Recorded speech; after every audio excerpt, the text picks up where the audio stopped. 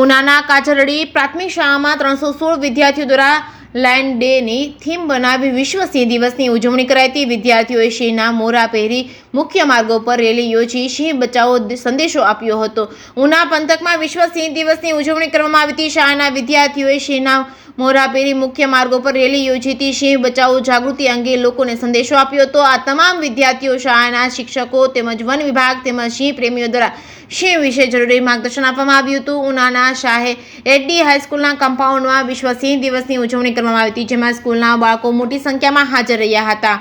એનસીસીના વિદ્યાર્થીઓ દ્વારા સિંહ દિવસની ઉજવણી કરી હતી, જેમાં દીવના રમેશભાઈ રાવલ જેઓ સિંહ મિત્ર તરીકે સમગ્ર પંથકમાં જાણીતા છે, તેમના અને સ્કૂલના પ્રિન્સિપાલ ગૌસ્વામીભાઈના અધ્યક્ષસ્થાને કાર્યક્રમ કરવામાં આવ્યો હતો। વિદ્યાર્થીઓએ સિંહના મોરા પહેરી શહેરના માર્ગો પર રેલી યોજી સિંહ બચાવોના નારા લગાવ્યા હતા, લોક જાગૃતિ લાવવા સંદેશો આપ્યો હતો। વિશ્વ સિંહ દિવસની ઉજવણીના પ્રથમ સાઉથ આફ્રિકામાં 2013માં ઉજવણી કરવામાં આવી હતી। ત્યારબાદ વિશ્વ સિંહ દિવસની ઉજવણી ગુજરાતમાં વર્ષ 2016થી કરવામાં આવી રહી છે। રમેશભાઈ રાવળના જણાવ્યા અનુસાર હાલમાં ગુજરાતમાં સિંહોની વસ્તીમાં વધારો થયો છે અને વિશેષ કરીને દરિયાઈ પટ્ટી ઉપર અહીં સિંહોનું પ્રમાણમાં વધુ જોવા મળી રહ્યું છે। આ કાર્યક્રમમાં સિંહ બચાવો તેમજ જંગલનું જતન કરવાની પણ વિશેષ માહિતી રમેશભાઈ રાવલ અને આચાર્ય ગૌસ્વામીભાઈ દ્વારા આપવામાં આવી હતી। જે કે સિંહ ગુજરાતી સાથે મહેશ વાચા, સોમનાથ। રમેશભાઈ રાવલ, સિંહ દર્શન દીવ।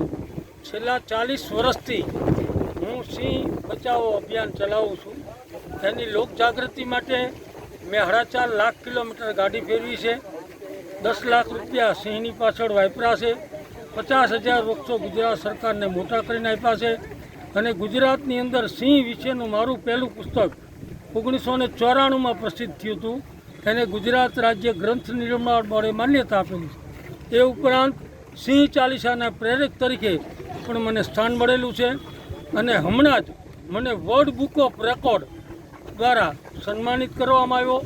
1994માં સિંહ ઘેલો માનવી રમેશ રાવલ નામની મારી લેખમાળા ફૂલછાપમાં આવતી હતી અને અનેક જગ્યાએ મારી મુલાકાતો પણ આવી છે। સિંહને એને કહેને પ્રકારે સિંહ બચાવવા એ મારી જિંદગીનો એમ છે અને હું પોતે વ્યક્તિગત એવું માનું છું કે મારા પૂર્વના ઋણાનુબંધ સંબંધ એની હારે હશે, એટલે આ સિંહ માટે હું પ્રયત્ન કરું। વિશેષ કરીને દાદા કહેવામાં આવે કે આ સિંહ દિવસના દિવસે આપણે શું કહેશો લોકોને? વિશ્વ સિંહ દિવસની શરૂઆત માટે મેં 1993-94માં સરકારશ્રીને વાત કરેલી। એ ટાઈમે હું જુનાગઢ જિલ્લાનો વાઇલ્ડલાઇફ વોર્ડન હતો।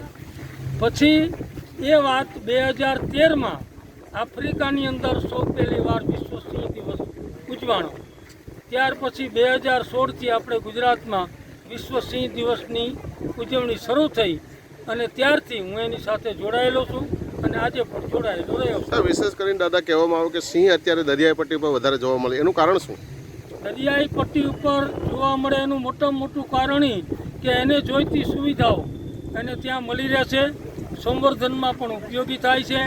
આપણામાં કહેવત છે કે ખાધે પીધે સુખે હોય એને દીકરી દેવાય। એને ખાવાનું પણ ત્યાં મળી રહેશે, પીવાનું પાણી પણ મળી રહેશે, રહેવાની વ્યવસ્થા પણ મળી રહેશે અને એટલા માટે સિંહનું સંવર્ધન દરિયા કિનારે વધારે થાય છે અને એટલા માટે હું સરકારને પણ વિનંતી કરીશ કે ભાઈ આને માટે તમારાથી થાય એટલું તમે કરો તો શું છે કે સિંહના સંવર્ધનમાં વિશિષ્ટ યોગદાન આપે। વિશેષ કરીને દાદા કહેવામાં આવે કે આજના સિંહ દિવસના દિવસે આજે કાર્યક્રમમાં સાહિત્ય હાઈસ્કૂલના કમ્પાઉન્ડમાં જે બાળકોને જે કાર્યક્રમ કર્યો છે એના વિશે તમે શું કહેશો? એનો મુખ્ય આશય એ છે કે વર્ષોની તપશ્ચર્યા પછી આ સિંહને બચાવવાના પ્રયત્નો કરીને આપણે જે જાળવી રાખ્યો છે એ આવતી નવી પેઢી એના વિશે જાણે, માણે, અનુભવે અને એના સંવર્ધન માટે પ્રયત્ન કરે। દાદા, જાણવા મળતી માહિતી મુજબ એવું છે કે પદ્મશ્રી એવોર્ડ માટે તમારું નામાંકિત થયું હતું, શું કહેશો? ધન્યવાદ। ગઈ વખતે પદ્મશ્રી એવોર્ડ માટે મારું નામ હતું પણ પ્રારબ્ધ મને નથી મળ્યો। હવે જે એ લોકોની ઈચ્છા, મારા તો પ્રયત્ન છે। ક્યું? કારણ કે મારી સિંહ ચાલીસા નરેન્દ્રભાઈ મોદીએ લોકાર્પણ કરેલી, પછી કૈલાસ માનસરોવરની યાત્રા નરેન્દ્રભાઈ મોદીએ લોકાર્પણ કરેલી અને હું સતત ધર્મ, સંસ્કૃતિ, વન અને વન્ય સંપદા માટે સમર્પિત થયેલો માણસ છું। મારે બીજું કાંઈ કરવાનું નથી। મારા પૂર્વના ઋણાનુબંધ સંબંધ હશે કે મેં મારા છોકરાના મોઢામાં કોઈથી દૂધ 1 લીટર ન અપાયું પણ સિંહણના બચ્ચાને મોટા કરવાનો પ્રયત્ન કર્યો છે।